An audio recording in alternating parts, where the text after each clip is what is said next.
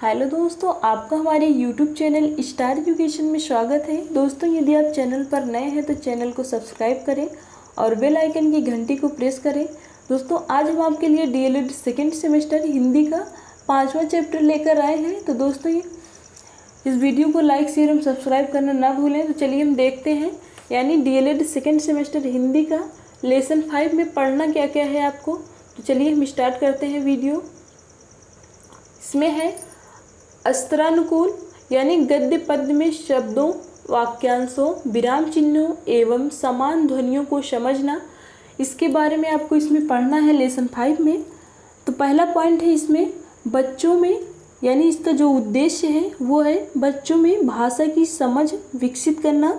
दूसरा पॉइंट है गद्य और पद्य में अंतर कर पाना। तीसरा पॉइंट है गद्य एवं पद्य में आए शब्दों, वाक्यांशों को समझते हुए पढ़ना। अगला है शुद्ध उच्चारण, उचित आरोह और अवरोह एवं विराम चिन्हों को ध्यान में रखते हुए पढ़ना। अगला पॉइंट है सामान्य ध्वनियों वाले शब्दों को समझना। तो चलिए इसमें देखते हैं सहायक सामग्री क्या क्या है। तो इसमें सहायक सामग्री में है कक्षा के सामान्य उपकरण जैसे चित्र कार्ड, शब्द कार्ड, वाक्य पट्टियाँ, छोटी छोटी पट्टिकाओं पर लिखे गद्य पद्य, कक्षा की पाठ्यपुस्तक में आए गद्य पद्य के पाठ, चार्ट, मॉडल, आदर्श वीडियो आदि। और इसके तरीके क्या क्या हैं उसके बारे में देखते हैं। तरीका है इसमें परस्पर बातचीत करके किसी कविता या गद्यखंड का उचित आरोह अवरोह एवं उचित विराम का पालन करते हुए सस्वर आदर्श वाचन कराएं। गद्य यानी कोई कविता हो या गद्य पद्य का, तो उसे बच्चों के साथ पढ़ें और उसको पढ़ने के लिए भी कहें। गद्य एवं पद्य बच्चों द्वारा अनुकरण एकल वाचन कराकर, यानी उनसे पढ़वाएं उसको। एकल वाचन दोस्तों उसे कहते हैं, यानी उनको पढ़ने को कहें। कुछ कविता एवं गद्य भाग का ऑडियो वीडियो दिखाकर आदर्श दृष्टांत उपस्थित कराकर। बच्चों का मन एवं मस्तिष्क अत्यंत कोमल होता है, उन पर किसी बात का प्रभाव बड़ी शीघ्रता से पड़ता है। इसलिए आवश्यक है कि जब हम ध्वनियों, शब्दों, वाक्यों की समझ बच्चों में विकसित कर रहे हों तो हमें निम्न बातों को ध्यान में रखना चाहिए। तो चलिए देखते हैं दोस्तों वो बातें कौन कौन सी हैं। इसमें पहला पॉइंट है भाषा में सरलता एवं मधुरता हो, ध्वनि स्पष्ट हो, शब्दों का शुद्ध उच्चारण हो, शब्दों एवं वाक्यों में विराम चिन्हों को ध्यान में रखा जाए। अगला है ध्वनियों, शब्दों और वाक्यों का उच्चारण करते समय स्वर एवं उनके उतार चढ़ाव का ध्यान रखा जाए। यानी कविता हो तो उसे किस प्रकार पढ़नी चाहिए, किस लय में पढ़नी चाहिए। आगे देखेंगे हम। अगला पॉइंट है भाषा का उच्चारण करते समय यह ध्यान दिया जाए कि लोक भाषा में, यानी लोक भाषा के उच्चारण का प्रभाव न पड़ने पाए। तो इस प्रकार की सावधानियों को अपनाकर हम बच्चों में ध्वनियों के बीच अंतर को स्पष्ट कर पाएंगे। आगे देखेंगे हम। अगला है शब्दों एवं वाक्यों के शुद्ध उच्चारण की क्षमता विकसित कराने के साथ साथ उनके अर्थ एवं भाव की समझ विकसित कराने में सफल हो पाएंगे।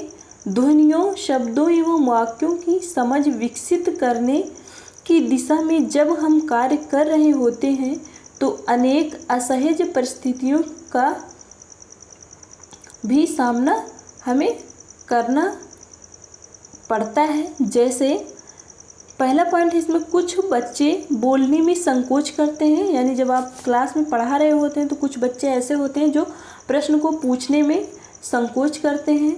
आगे देखेंगे। अगला है कुछ बच्चे बोलने में कठिनाई अनुभव करते हैं, आदि आदि बहुत से क्वेश्चन आ जाते हैं। तो ऐसी स्थिति में हमें क्या करना चाहिए, चलिए देखते हैं। ऐसी स्थिति में हमें उनके संकोच को परिवेशीय संदर्भों, परिस्थितियों, घटनाओं की मदद से औपचारिक अनौपचारिक संवाद के माध्यम से संकोच, अप्रत्याशित भय को दूर कर सकते हैं। आगे देखेंगे हम। इसी प्रकार बोलने में कठिनाई अनुभव करने वाले छात्रों को अधिक से अधिक बोलने पढ़ने का अवसर देना चाहिए, यानी गद्य पद्य जो उन्हें पढ़ने के लिए कहें, जिससे उनमें धीरे धीरे साहस एवं स्वावलंबन का विकास हो सके।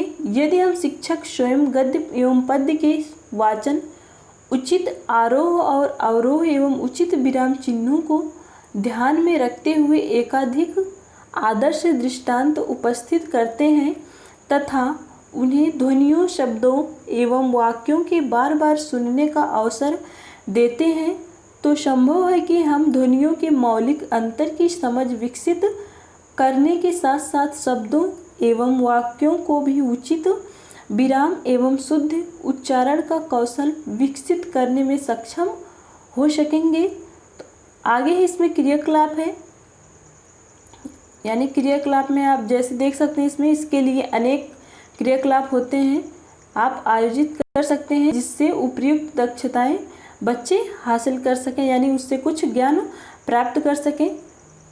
तो इसमें जैसे है, पहला है वर्णमाला खेल है, यानी वर्णमाला आपको पढ़ाना है तो किस प्रकार से बच्चों को खेल खेल में पढ़ा सकते हैं, तो वो है। तो वर्णमाला खेल में चलिए देखते हैं, यह गतिविधि हमें बच्चों में ध्वनियों एवं उनके बीच स्पष्ट अंतर की समझ विकसित करने में मदद दे सकती है। बच्चों को गोल घेरे में बैठा दें, स्वयं वृत्त के बीच बैठ सकते हैं। शिक्षक एक वर्ण की ध्वनि को उच्चारित करें, क्रमशः बच्चे उस ध्वनि को सुनकर क्रमशः उच्चारित करें, यानी आप लाइन से क्रम से बोलें तो बच्चे भी क्रम से बोलें। यदि सभी बच्चे उस ध्वनि को उच्चारित कर लें तो संबंध तालियां बजवाएं तथा दूसरा वर्ड उच्चारित करें, परंतु जो बच्चा या बच्चे उस ध्वनि को ठीक ठीक उच्चारित ना कर सकें उन्हें वृत्त के बीच में बैठाकर बार बार उच्चारित करवाएं एवं शुद्ध उच्चारण के पश्चात तालियां बजवाएं, जिससे उनका उत्साह बढ़ता है। आगे देखेंगे हम, इसी प्रकार अन्य वर्णों की ध्वनियों के साथ किया जा सकता है। इस क्रियाकलाप को वर्ण कार्ड दिखाकर भी कराया जा सकता है। प्रारंभिक चरण में अमात्रिक अक्षरों वर्णों को लें, बाद में मात्रिक वर्णों अक्षरों को लें। यह कार्य शब्दों के साथ भी किया जा सकता है। आगे देखेंगे, आगे है आपका शब्दों एवं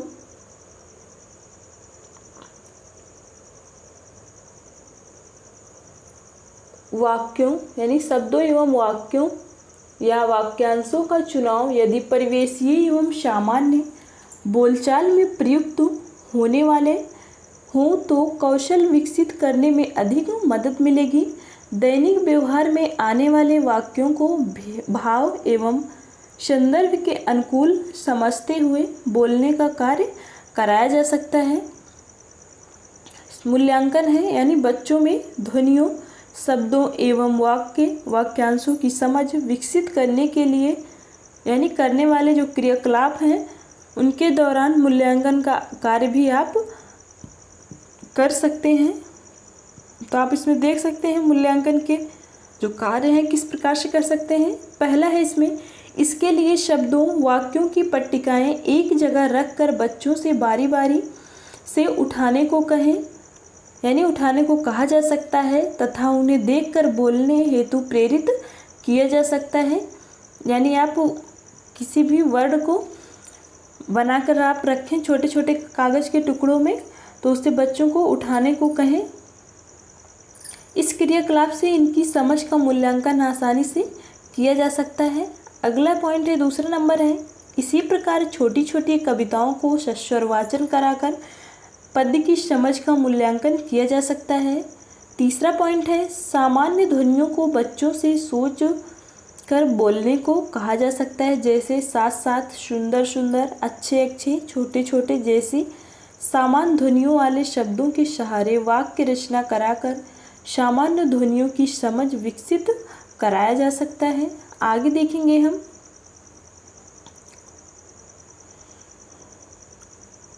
इसमें कुछ निवारण दिए गए हैं, आप जैसे देख सकते हैं। निवारण में है, कक्षा में बच्चों द्वारा दिए गए उच्चारण की शुद्धता पर बल दें तथा स्वयं उच्चारण एवं बच्चों से उनका अनुकरण कराएं। बच्चे जिन ध्वनियों अथवा शब्दों के उच्चारण में प्रायः त्रुटियां करते हैं, प्रशिक्षु उन पर चर्चा करें। आगे हम देखेंगे विराम चिन्ह है इसमें। पठन और लेखन में विराम चिन्हों का सार्थक और सटीक प्रयोग हम तभी कर सकते हैं जब उसकी बारीकियों से अथवा सूक्ष्म ज्ञान से परिचित हों। इसके लिए निम्नलिखित तरीके अपनाए जा सकते हैं, जैसे व्यायाम द्वारा, छोटे छोटे वाक्यों द्वारा और चर्चा द्वारा। आगे देखेंगे हम, यानी इन शिक्षण विधियों के आधार पर यहाँ कुछ प्रमुख विराम चिन्हों का विशेष विवरण दिया जा रहा है। आप देख सकते हैं इसमें है व्याख्यान विधि। इसके अंतर्गत आपको एक उदाहरण है पूर्ण विराम, यानी पूर्ण विराम वाक्य की पूर्णता का बोधक है। किसी वाक्य को पूरा हो जाने पर इस चिन्ह का प्रयोग करते हैं, जैसे भारत हमारा देश है, तो है के बाद जो है आपका पूर्ण विराम है यहाँ पे। उसके बाद है आज मेरा जन्मदिन है, तो उसके बाद है के बाद ये, यानी वाक्य यहाँ पे पूरा हो गया है आपका। आगे देखेंगे हम, यहाँ पे दिया गया है कुछ, यानी पूर्ण विराम से संबंधित जानकारियाँ। तो आप देख सकते हैं, यानी उच्चारण करते समय पूर्ण विराम की जगह कुछ पल ठहर कर फिर अगले शब्द को बोलना चाहिए, यानी जहाँ पे पूर्ण विराम लगा हो वहाँ पे आपको थोड़ी देर के लिए रुक जाना चाहिए। तो चलिए आगे इसमें देखते हैं, अल्प विराम के बारे में देखेंगे। अल्प विराम का शाब्दिक अर्थ है थोड़ी देर के लिए रुकना या ठहरना। इस विराम चिन्ह के द्वारा वाक्य के बीच कम समय के लिए रुकने का संकेत किया जाता है। हिंदी में प्रमुख होने वाले विराम चिन्हों में इसका प्रयोग अधिक होता है। प्रायः निम्नलिखित स्थलों पर इसका प्रयोग किया जा सकता है। तो चलिए उदाहरण इसका देख लेते हैं हम। उदाहरण है इसमें,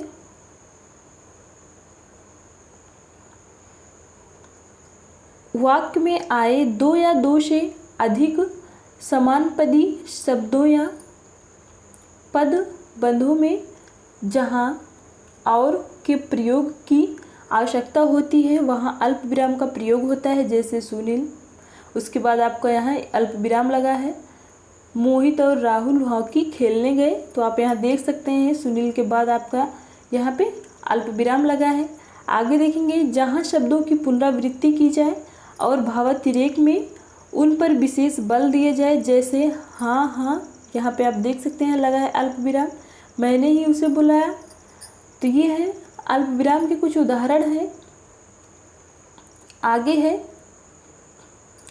यदि वाक्य के बीच में इसी से, इसलिए, किंतु, परंतु, अतः, क्योंकि, जिसमें तथापि आदि अपव्ययों का प्रयोग होता है तो इनके पहले अल्प विराम का प्रयोग किया जाता है, जैसे मैं आपका काम अवश्य करता किंतु मैं बाहर जा रहा हूँ। तो आप यहाँ देख सकते हैं।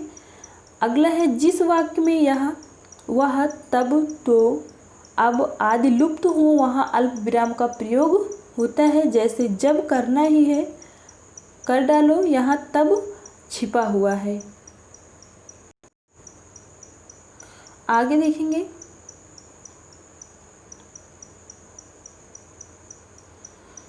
तो ये थे अल्प विराम के कुछ उदाहरण थे। आगे देखेंगे हम,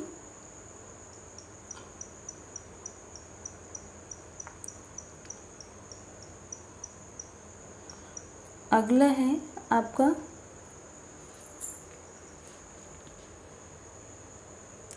समान ध्वनि है।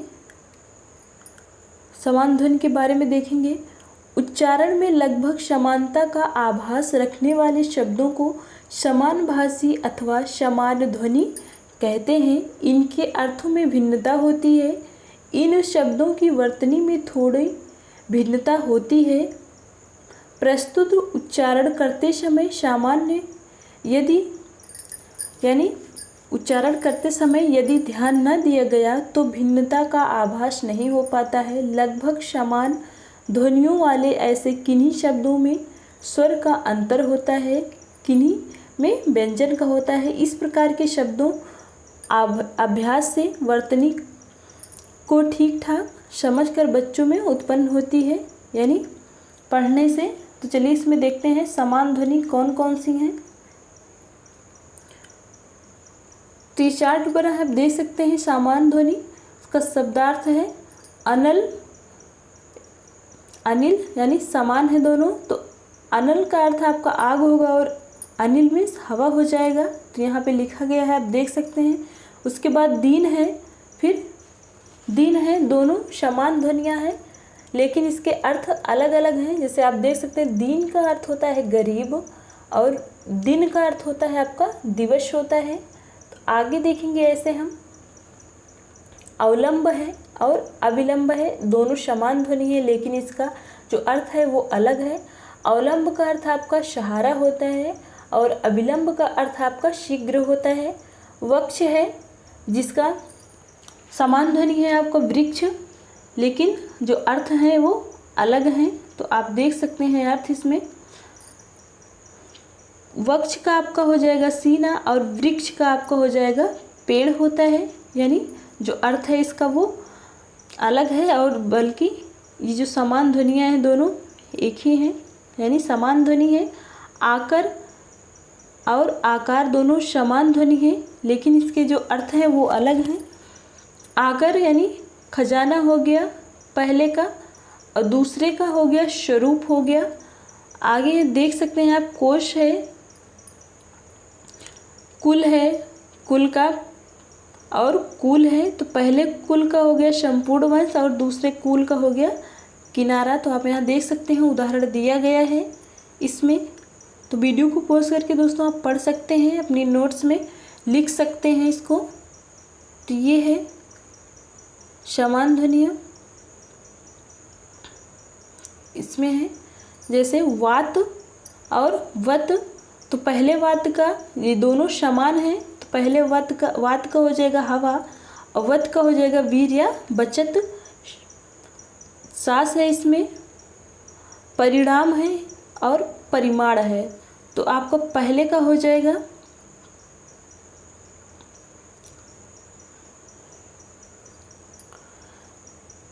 नतीजा और दूसरे का हो जाएगा आपका माप।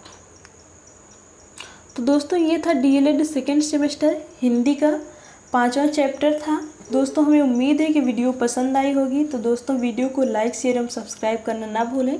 तो चलिए दोस्तों मिलते हैं अगले वीडियो में, जब तक के लिए जय हिंद जय भारत।